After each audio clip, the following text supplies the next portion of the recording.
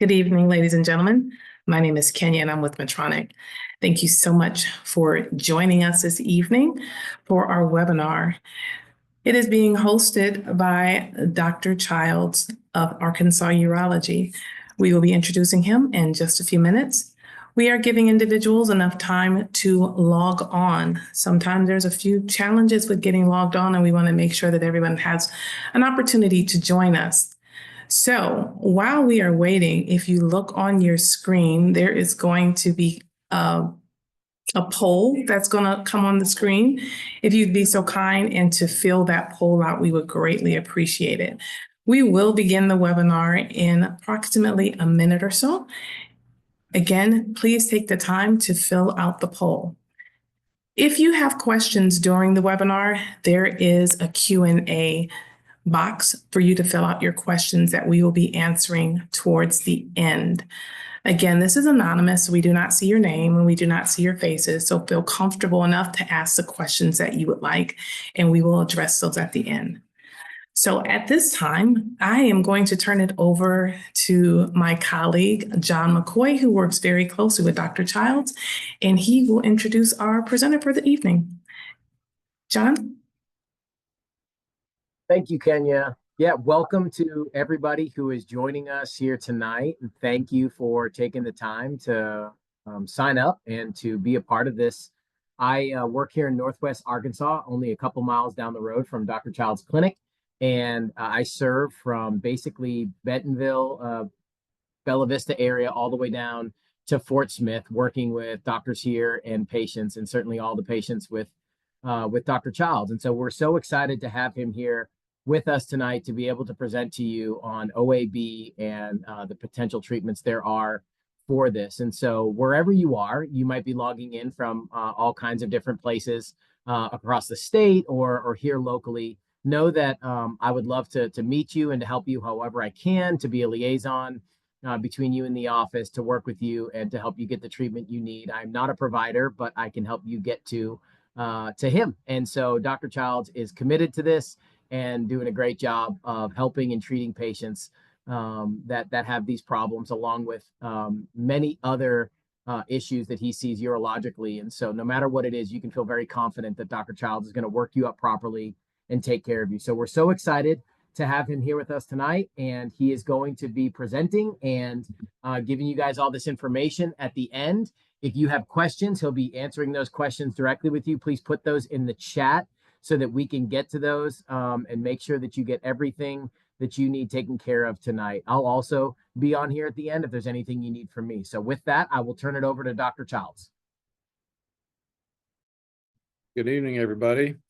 I appreciate everybody making a little time in their schedule tonight to come meet us and hear a little bit about bowel and bladder problems.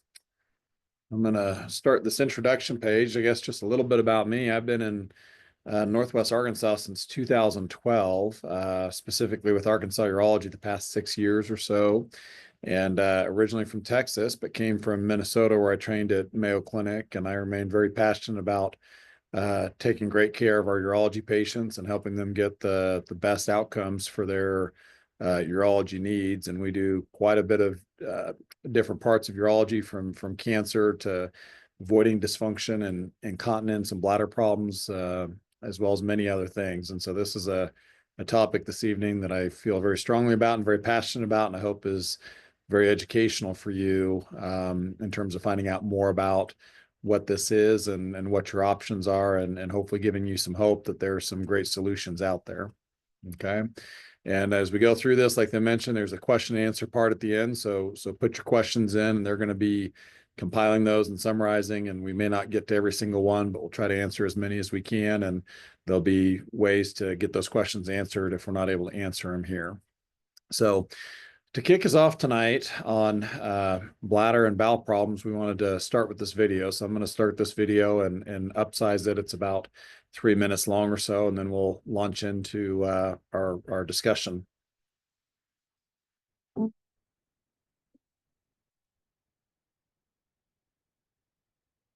It seems like it's with my life, I always had to go to the bathroom a lot, but it was manageable. Now that frequency was becoming a problem. And not only am I going a lot, I got to go like that. From a mental standpoint, I'm constantly worried because once again, you're trying to hide it. So I didn't venture out to places like that if I wasn't sure what the bathroom facilities were going to be like. I first heard of InterStim from the urologist office that I attended. And that doctor said, I think you'd be a good candidate for this device. We had a long conversation about what it would do, how it would work, and the fact that we could do a trial period, an evaluation, and see if it would work. It was in the doctor's office, wasn't in the hospital. You're awake, but you're not in any pain because they need to be able to see and tell what you're feeling and where you're feeling it. In my layman's terms, my nerve is being stimulated so that my brain and my bladder will communicate at the right time to tell me when I need to go to the bathroom. The cumbersome part was for the week or 10 days that you have it, because everything is pretty much outside your body. For that time frame, you cannot be active. But I understand now why it had to be that way, and I understand why it was so important to have that test period, because that really was the catalyst of whether or not you were going to be a good candidate for it. The first 2 to 3 days of the test period, it was like night and day. Whoa, no more 20 times a day going to the bathroom. He was ecstatic. Wow, you are an excellent candidate. That led to, getting the full-blown device. And that made me even more excited because when he explained those first 3 days, that's pretty much what your life would be like. I was like, oh, that's what it's like going to be like. I'm in. So now that I have this thing, this therapy, this Medtronic InterStim device, I could probably sum it up in the word freedom. I like to read. I love music. I love dancing. And if I'm walking, which I also enjoy doing, I find trails. There's a lot of great trails in the area where I can go walk. And traveling is also something I love, especially road trip. I love a good road trip. If I could talk to the person or persons that developed this therapy that has allowed me to fully live my life in such a free way now, they would get the biggest hug. I give them my heart because without being able to have this therapy, I think I would stay home a whole lot more and I would not be able to be that adventurous soul that I know is inside.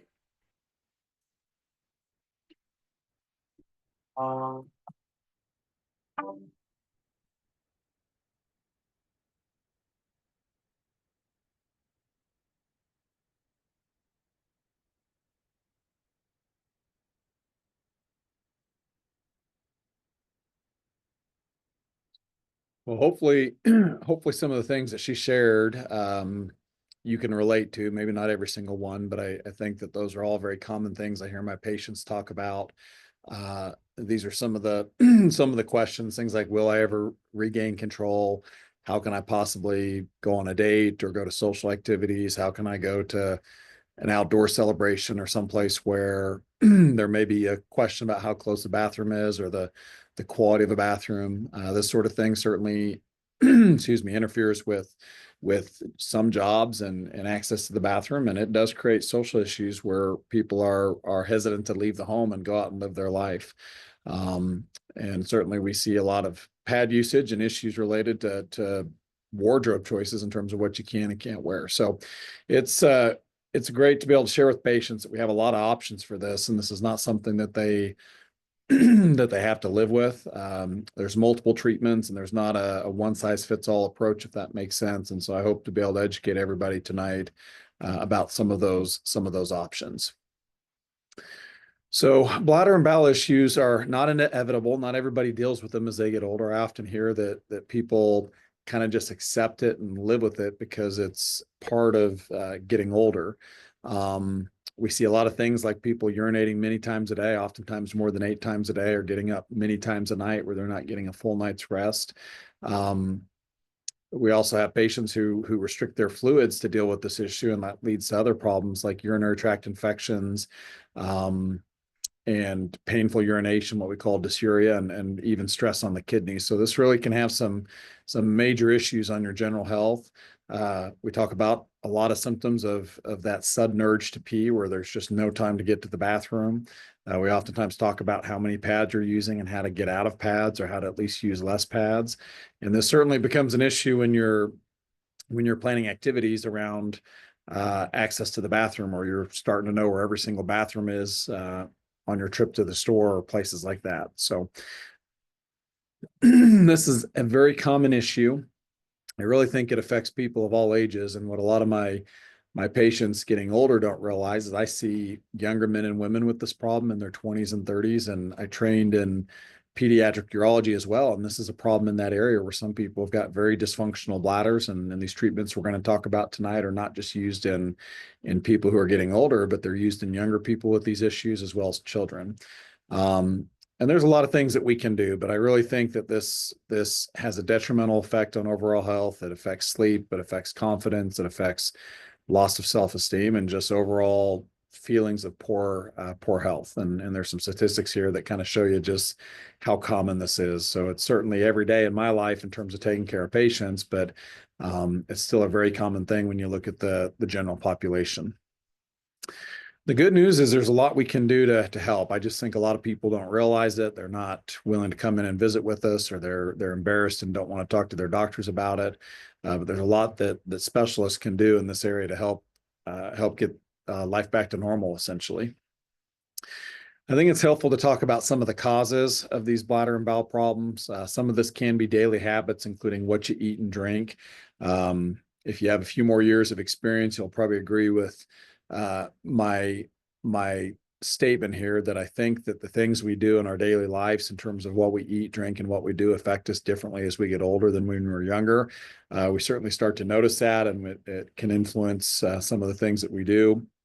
I certainly think there's medications and supplements that can affect this for the worse, and there's certainly very common things in life, especially in women, where there's damage from either pregnancy, childbirth, pelvic floor injuries, issues after hysterectomy that contribute to these issues. Certainly other pelvic surgeries and pelvic radiation as well. I think understanding a little bit about how this works in terms of how do we have bladder control and bowel control is helpful to understand some of the treatment options that we have. But essentially there's a complex part of your nervous system that's subconscious, what we call the autonomic nervous system, that's essential for bladder and bowel control. And so there's a whole circuit of nerves that if part of that doesn't work well, you can develop bladder and bowel issues, sometimes both, sometimes one, or sometimes the other, depending on specific nerves. But any sort of communication breakdown in that system, whether it's a problem in the brain or a problem in the spinal cord or a problem in the nerves going from the spinal cord to the bladder or the bowel, can unbalance the whole system where you have this issue. And unlike conventional treatments, the Medtronic bladder and bowel control therapy system generates, or essentially stimulates, the peripheral nerve, what we call the sacral nerve, going to that pelvic area that helps with control of your bladder and bowel. So essentially your brain and those nerves should be sending a constant signal to your bladder, telling it to relax, telling it that it's not time to pee until it's appropriately full. When that doesn't happen, your bladder thinks it's full all the time and thinks it needs to go all the time, or it doesn't suppress that urge. And when you get it, it happens immediately. So when you have a sacral nerve modulator in this Medtronic bladder and bowel control system, it essentially does what your body's not doing by having those nerves do what they're supposed to be doing to relax that bladder muscle. There are different types of bladder and bowel control systems. So you'll see some of this terminology if you're researching on the internet. These are certainly things I talk to patients about in our evaluations, because there are multiple reasons why someone can come in with complaints of leakage or incontinence. Some of this can be stress incontinence, which is not treated by some of the things we're going to talk about tonight, but which we have options for. There are conditions called urinary retention, where your bladder doesn't empty well. And that can be because the bladder muscles failed. It can be because of nerve issues, and there may or may not be a role for for a Medtronic system in that situation. Overactive bladder is probably the most common reason that we offer these devices or these options. And then fecal incontinence, there's some different components of that as well. And we're going to be focusing a little more on bladder tonight than fecal. Real quick, stress incontinence. A lot of people intuitively understand this well, but essentially stress incontinence is when you leak, when you do certain things, specifically cough, sneeze, lift something heavy, bend a certain way, exercise.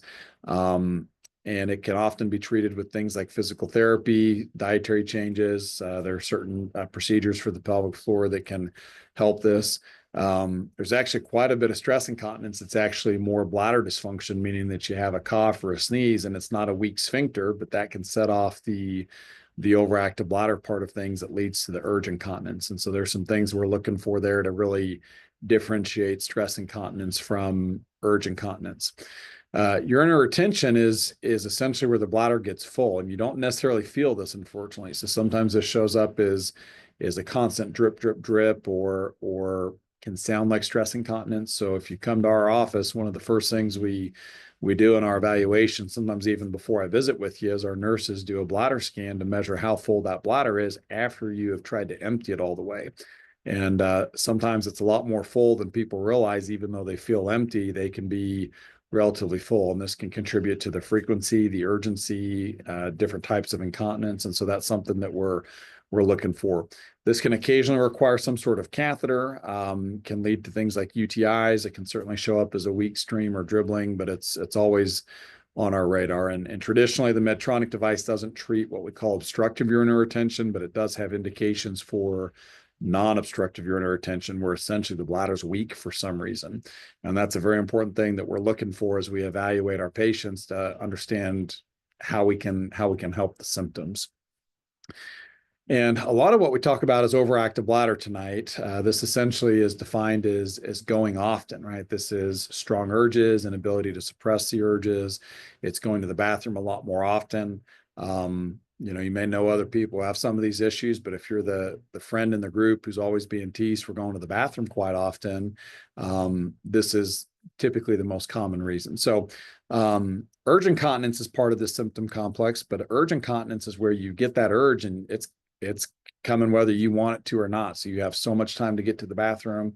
That can be 2 minutes. It can be 20 seconds. It can even vary a little bit, but that's where you've got that urge and you're trying to get there and you don't make it in time. It can also kind of show up as kind of frequent leaks when you drink, small amounts of water and start getting hydrated. You immediately start having these bouts of urge leakage. Can certainly be triggered by things like cold air, hearing running water, touching running water, that sort of thing. And it typically results in having to use pads or diapers the same way stress incontinence does as it gets to its more problematic stages. Okay. It certainly usually has an urge and frequency component, but not everybody comes in complaining of the frequency or the urgency. Sometimes they just get random leakage and they literally have a overactive bladder, but they don't get the sensation. They just get the leakage. So it can be a little bit complicated in that regard, but we're typically able to sort it out with certain questions and a few simple evaluations and tests. And then fecal incontinence is similar, but with the bowel. And so urge incontinence just means you're unable to resist that urge to have a bowel movement. It can also kind of be passive, where you don't have a sensation, and next thing you know, you're having an accident in your pants. And what these two have in common is very similar nerves, very similar symptom complexes, often driven by the same issue, but not always. But they do result in similar issues like planning activities around the bathroom, involuntary loss of bowel or stool, having a bowel movement every time you urinate, which is not considered normal, and certainly staining in the underpants or having to use diapers. So the good news is there's a lot of ways to find more control, and there's a lot of great ways to do this. I certainly think it's fair to say we can't be perfect for everybody or fix everybody, but it's rare that we can't make significant improvements. We do focus on a lot of lifestyle changes and things that are within your power to do. There's pelvic floor physical therapy we'll talk about tonight, and what's called behavioral therapy and bladder retraining. There's oral medicines and some advanced therapies that we're going to spend some time on tonight as well.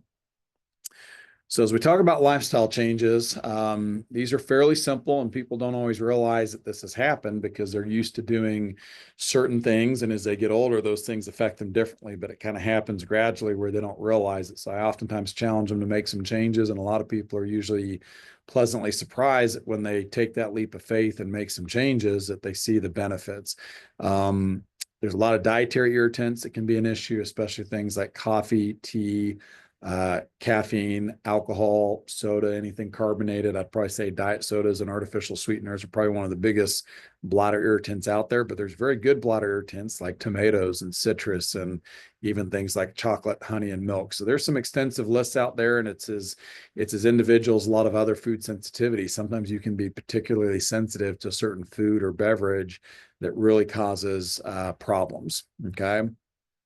Exercise has been shown to help. And so I think physical therapy is up this range, but I've definitely had people make positive lifestyle changes where they lost weight and they ate better and they got processed food out of their diet and they cleaned up their diet from a dietary irritant standpoint. And all those things, the diet and the exercise, I really do believe pays benefits in this category. And it's not that simple. There are people with great lifestyles who have these severe issues and need some of the treatments we're going to talk about, but it's always good to change the things that are within your power to change.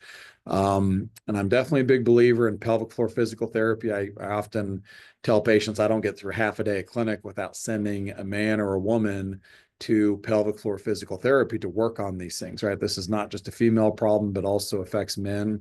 And there's a lot that my pelvic floor physical therapy colleagues can do to help with bladder and bowel retraining, what's called biofeedback, to help with strengthening the pelvic floor, commonly known as Kegels, but it goes beyond just Kegels. It's a lot of core exercises and things like that. But they educate you and work with you individually to maximize those options to help decrease our need for things like medications or some of these other treatments that we're going to introduce you to tonight.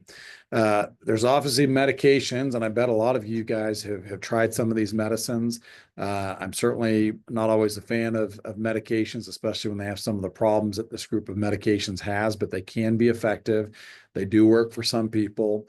They do have to be taken regularly. I think in 2025, the cost of medicines is becoming an ever increasing burden, especially the ones that work the best are quite costly for patients, and it can be a real financial burden.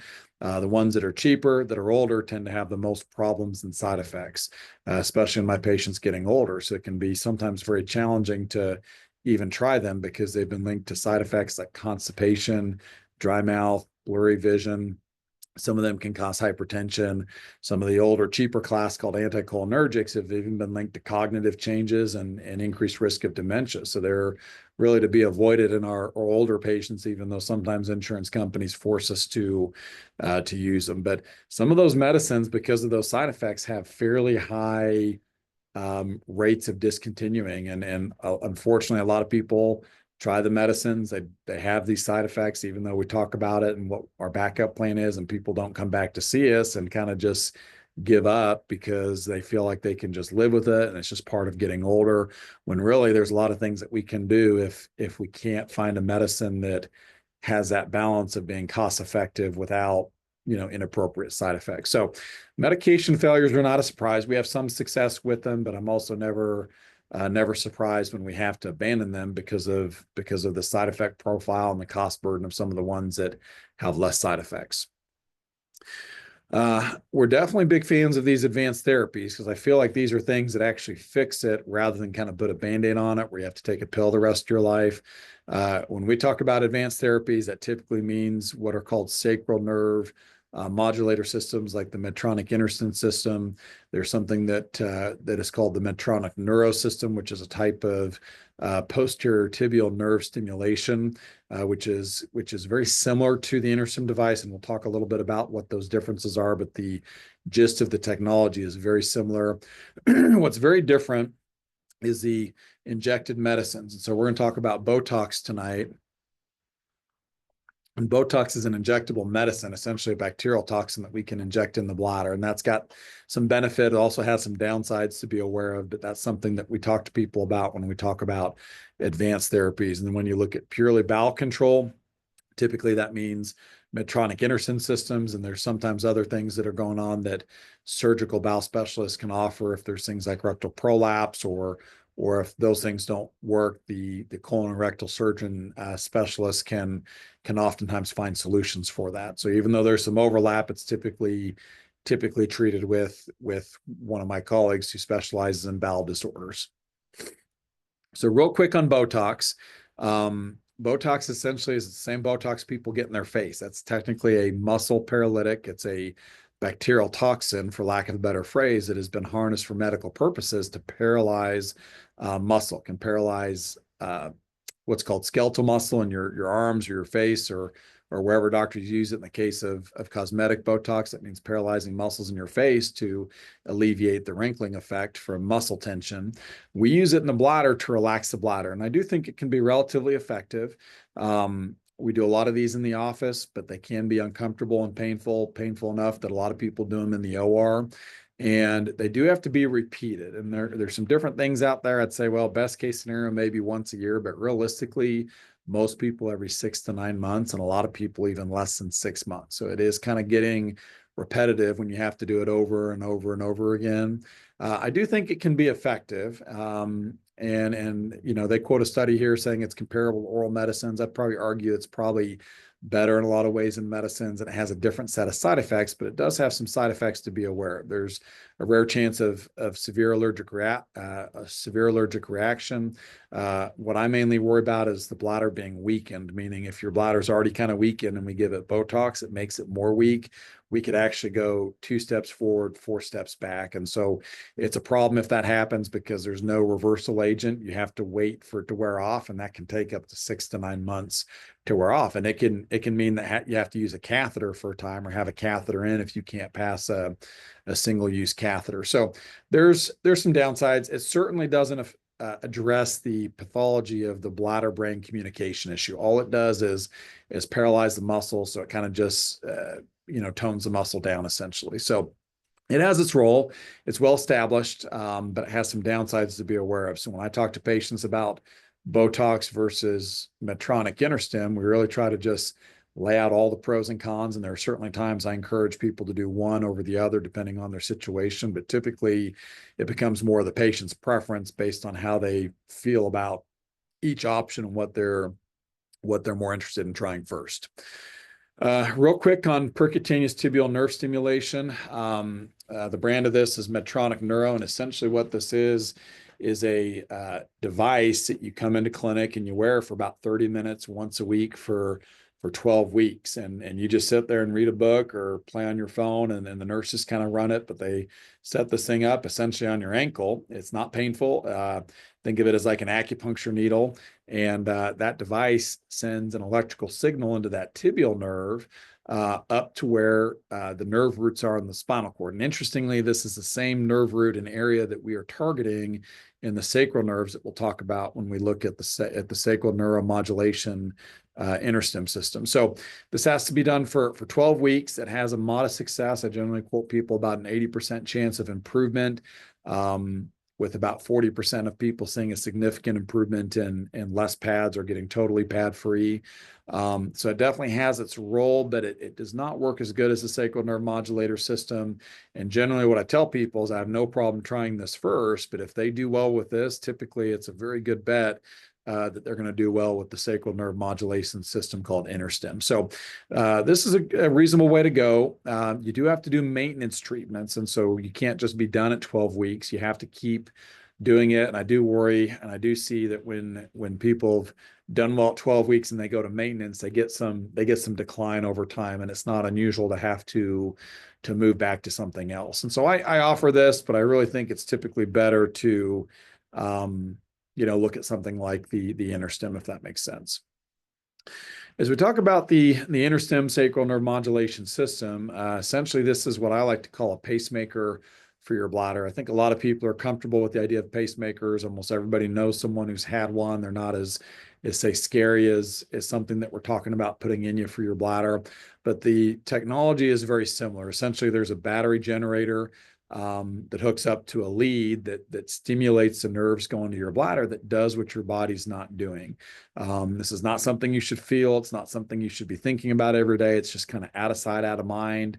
There's certainly a little bit of adjustments and things like that we make with it at the beginning once we get going on it. But typically we settle into a program that works, and you're just out there living your life, if that makes sense. So they use these things in other areas. They use them in bowel problems. They use them in pain conditions in the spinal cord. They use them in Parkinson's. They use them in heart conditions. And so there's a lot of indications for this type of technology.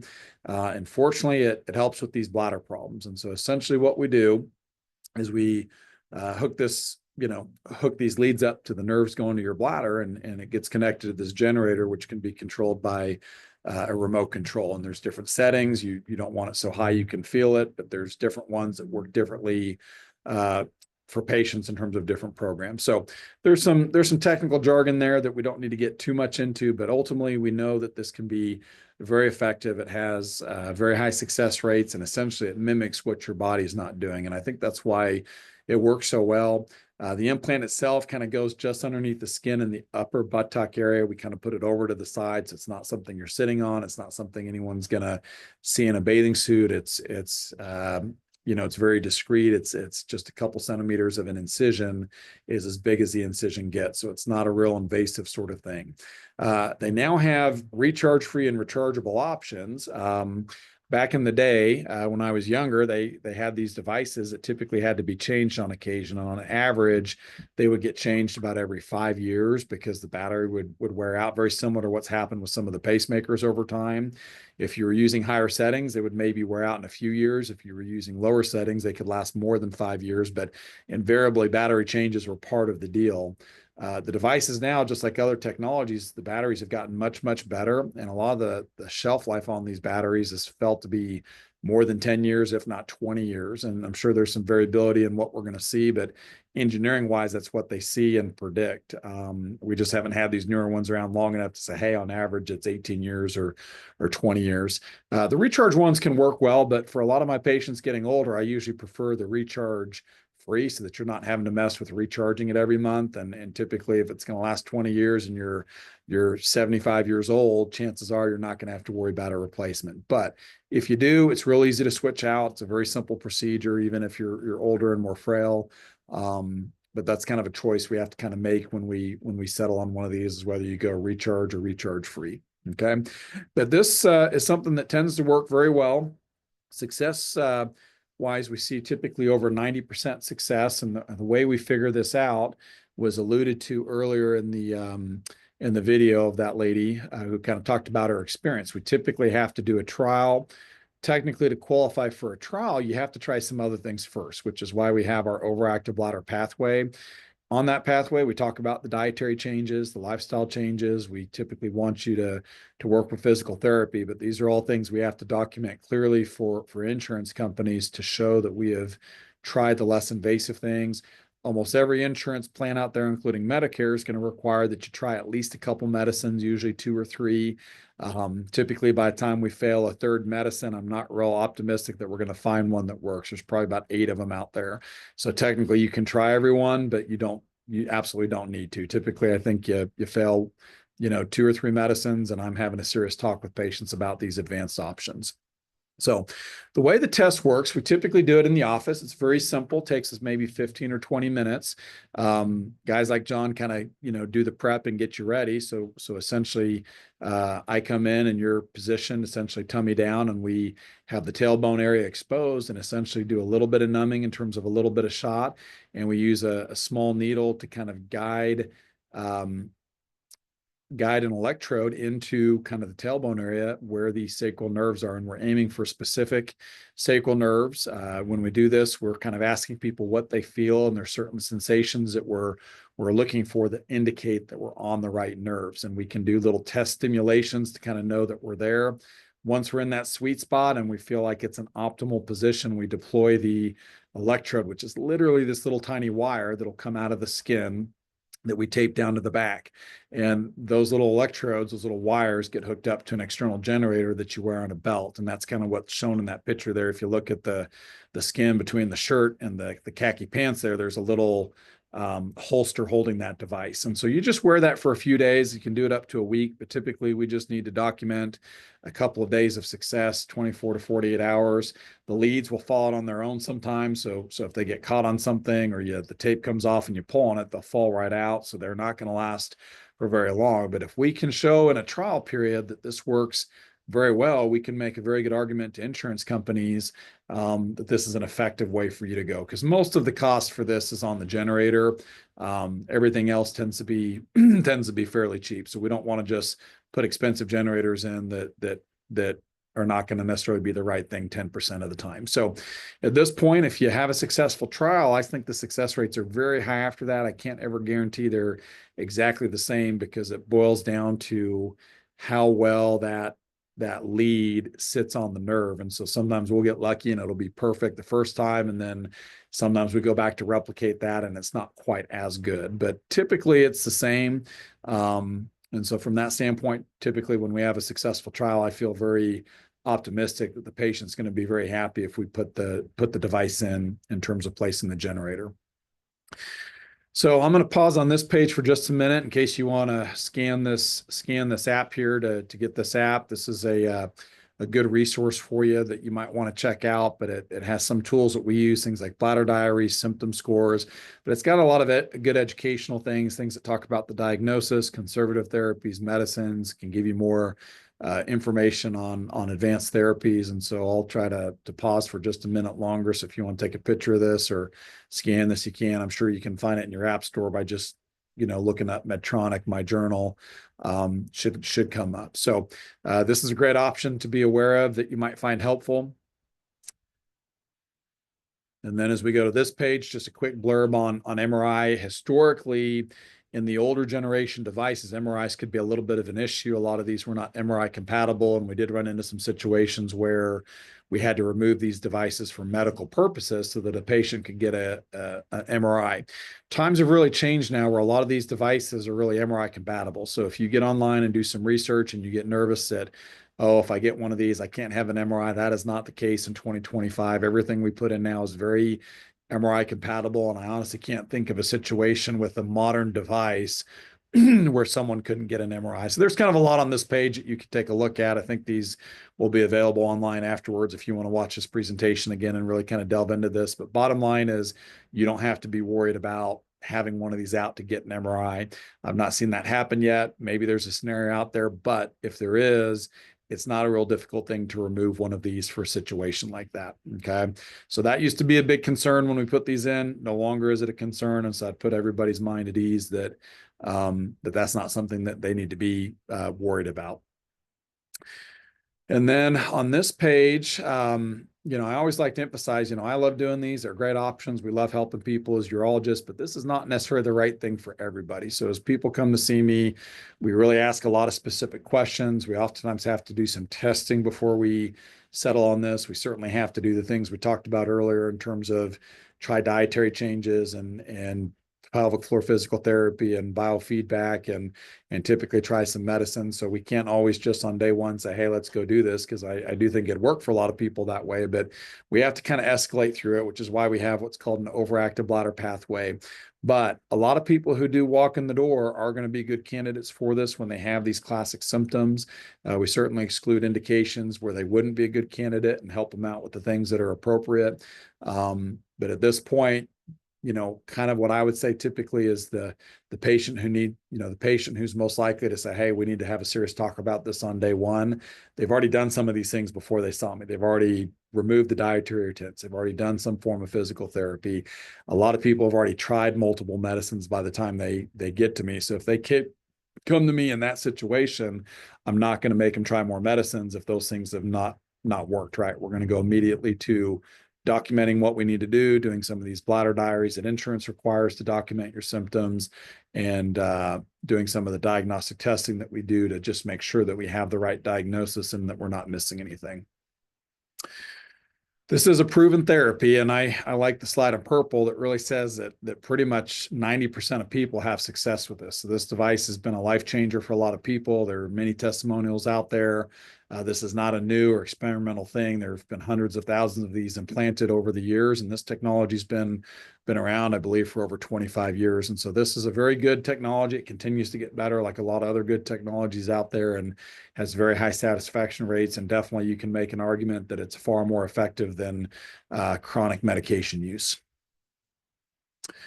Just another patient testimonial here, and I think there's a link on the last page that we're going to see here in a minute that can link you to more of these InterStim ambassadors, essentially patients who are advocates for this problem, for this device, who I'm sure get paid something by Medtronic to take their time and to talk to people, but there's ways to connect with them on an individual level to hear about their experience. So I'm going to finish on this page. There's a QR code at the bottom that you'll probably want to save to connect with us. They've got the web page down there for that ambassador that I was talking about. If you want to talk to patients who have been where you're at, who've been in your situation, who probably have the same thoughts and same feelings as you, that's a great resource. And Kenya's put up a poll here for you to kind of look at, but I'm gonna stop talking, and I believe they're going to be assembling questions. So I'm going to start taking questions whenever she's going to throw them at me. Thank you guys so much. Dr. Childs, thank you so much for your time and an excellent presentation that you've done. At this time, if you have any questions, please go ahead and put those into the chat, and John will lead that discussion with the Q&A. In addition to that, there is a poll that you'll see on the screen. Please take a moment, fill that out for us. We greatly would appreciate having that information for a good follow-up. Again, at this time, John is going to go ahead and do the Q&A with you guys, and the poll is going to stay up for a few minutes for you guys to fill out. John? Thanks, Kenya. Thank you, Dr. Childs. Okay, let's dive into some common questions and things we may be getting from the people here. One that's always asked is, does insurance cover it? Yes, absolutely. It is not very often that we run into a roadblock where insurance will not cover it. There are a lot of hoops to jump through, so hence we can't just go give you the Cadillac on day one, if that makes sense. I'd love that if that was the case, but insurance, as I'm sure everybody's aware, practices a lot of medicine. They often dictate a lot of the medicines that people have to try and things like that. So we help navigate that. We try to take care of that burden on our end in terms of shielding you from it, but that's why we have to do things like bladder diaries. We have to document success with these medicines. Even if someone feels like they want to go straight to this, I have to say, look, you have to try medicines and maybe you'll be pleasantly surprised, but you at least have to pick them up and tell me about your experience so that I can document it for your insurance company. So there's some headaches like that, but if you jump through those hoops, and I think at Arkansas Urology, we're very good at understanding what specific plans require, we kind of make sure that all that's getting taken care of along the way, so that when it's appropriate to offer one of these things, typically we can just proceed at that point. And it's rare that we have an insurance issue on the back end. If we ever do, it's a documentation issue. So although we're human beings, I think we're very good. I'm sure at some point we've not documented something well enough where it creates an issue on the back end, but that's rare, and we do everything we can to avoid it. That's great. Okay.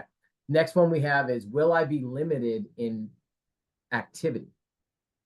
The short answer is no. I think during the initial healing process, there's probably some mild limitations, but people are not on pain pills very long after this. It's like having a little bit of bruise or soreness, like you'd fallen on the area, but people are really back to things pretty quickly. I typically tell them to take it easy for about 2 weeks, and we want to avoid things like soaking in a bathtub while the skin's healing and things like that to minimize, the risk of that wound being compromised in some way. But typically it's a very nice thing from my standpoint. I do a lot of surgeries, very big surgeries with complexities where we expect some issues afterwards, but this is one of the procedures that we do that tends to go very smoothly, where we rarely see an issue.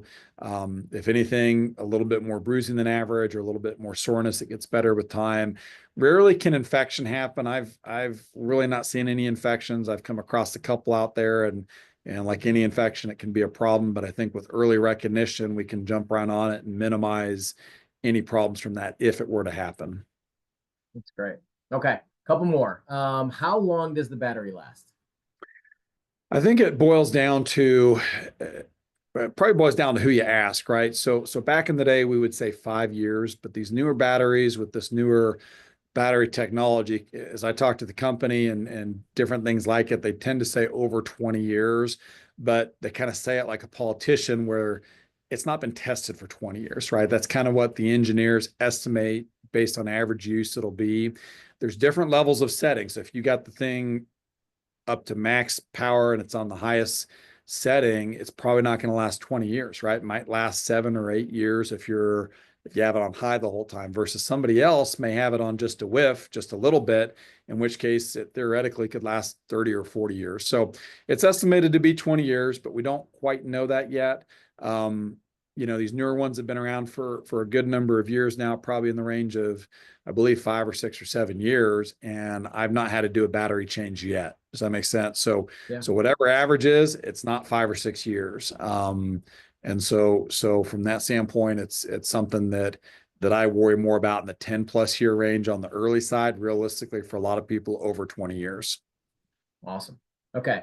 One just came in. Here it is. It says, what is a ballpark estimate for patients out of cost for InterStem? Is it a one-time cost or an annual maintenance cost component?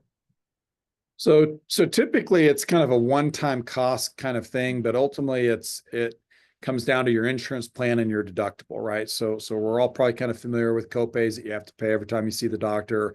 Deductibles, what you have to pay every year until they start paying for everything. So anytime you're doing procedures or imaging or surgeries or things like that, it's gonna hit your deductible kind of hard. So if you were planning on one of these this year, it's fair to say you'll hit your deductible up to a certain point. I'm going to say most deductibles are probably $4,000 to $8,000. So most people will hit that deductible, and then everything else the rest of the year medically wise should be covered on that plan. As long as the device continues to work, there's really no more cost associated with it, right? And there can be follow-up visits where we check in with you once a year, but that'll be your copay. It'll be towards your deductible. It's more just to make sure that we're addressing, that things are still good, that we don't need to make changes on the device, that kind of thing. So there's not a big financial burden on the backside 2 and 3 years down the road. If you go back and look at those slides, there is fine print there that talks about, well, it's like any other mechanical device. Can it break down like a new car at some point earlier on? Yes. And if it were to break down in 3 years where we needed to replace a generator, that would hit that year's deductible. I'm not aware of any warranty or anything like that on that. There may be something like that out there in the short run, but I'm sure beyond a few years, like any car, there's no warranty for it. The other thing that we see a little bit of, 2 things really, is one, typically what's driving this can get worse with time, where maybe, it works great for 5 years and then it's not working as well. Maybe it's because the lead's not in the perfect spot, or maybe the settings need to be turned up. So there can be some tinkering with it where we have to go revise it years down the road. I've also seen some issues where people fall, and these leads are designed to stay in place. But if you have a fall where it really messes up your tailbone, or you break some bones down there, or you hit it just right, it can break the device, or it can move the device even just a couple millimeters, and that can be enough to change the performance of what you're getting. So we do see a small percentage of people who need some sort of revision procedure, and that's all over the board, from as soon as a couple years, which is not very often, to people who've done great and need a revision in 8 or 10 years, right? Most of the additional procedures associated with this historically have been battery changes. So we do a lot less of those now, and we just don't typically have to do a lot of revisions, if that makes sense. I mean, anecdotally, in my own experience, I would generally say less than 5%, maybe 10 max, will ever need another intervention on the device, right? That could mean removal because they don't want it, removal because it's a problem for some reason, replacing the device, exchanging the device, revising it, something of that nature. Yeah, it's great. Okay, last question, and I get this. I've talked to patients a lot about this. If I've had prolapse, could this still work for me if I've had prolapse surgery in the past or anything like that? Absolutely. Yeah, it's actually not uncommon for people to come see me for bladder problems after prolapse surgery, after hysterectomies. And so anytime you have a pelvic surgery, whether it's like a rectal surgery, colon excision, GYN surgery, that can affect those nerves down there. So I would say absolutely it can still work for you. I don't specifically do prolapse surgery, but I do see prolapse patients. And a lot of times I think there's some confusion in women with what prolapse is and what can be done about it, because a lot of women will come and say, hey, my bladder's dropped, and they're really just having bladder symptoms, right? So we'll do an exam, they have some mild prolapse. I think culturally there's some feeling in their mind that if they go get that fixed with some of these surgeries, that their bladder will get better. And that can be the case some of the time. But I see a lot of patients who really didn't have bad prolapse. Someone did surgery on them and their bladder problems didn't get better, or their bladder problems got worse. And so the way I, being a not prolapse surgeon, talk to patients about that is I'd say, look, you only do prolapse surgery if there's a mechanical effect of things falling out that's giving you an issue. Don't do it because you have bladder symptoms, because that may or may not fix it, right? There's a lot better ways to fix your bladder symptoms, and prolapse surgery that typically involves vaginal mesh and fairly major surgery. And you don't have to go too far on TV or the internet to read about some of these bad mesh products and issues out there. And if things don't go perfect, it's a bad problem that's oftentimes not fixable. Hi. That is all we have for questions at this time. And so I want to thank you, Dr. Childs, for jumping on here and doing this webinar. Again, if any of you have questions, these are ways that you can get in contact. And then we'll be following up with you as well. If you guys have filled out that survey, that information will be getting back, and you'll be hearing from myself and then also Arkansas Urology people on the back end to just see what we can do to help you. So Dr. Childs, do you have anything to close with? Yeah, you bet. I just appreciate you guys coming out. I hope you found this helpful. I hope it gave you some more insight into these conditions, and hopefully some hope that there are things that can be done, right? And again, this is not just about sacral nerve modulation or InterStim, but it's about this issue. I think there's a lot we can do about it, and we certainly don't have a cookie cutter approach here. We look at the individual situation, and we start with less invasive and move down the road. And typically I feel like the vast majority of our patients, we get them to a better place. Maybe not perfect, but that's one of the things I love about urology is we get them to a better place. And so it's very rewarding to be able to help people in that regard. Certainly not life or death, but I don't think you have to live with this. I think there's a lot that people like me can do to help this issue. So I would love to meet you, love to help you. And again, if you don't live close to us and you're far away, I've got great colleagues in the state and across the region who can also do the same things. Awesome. Okay, y'all. With that, we'll end. But thank you so much for being here with us tonight. Have a good night. Good night.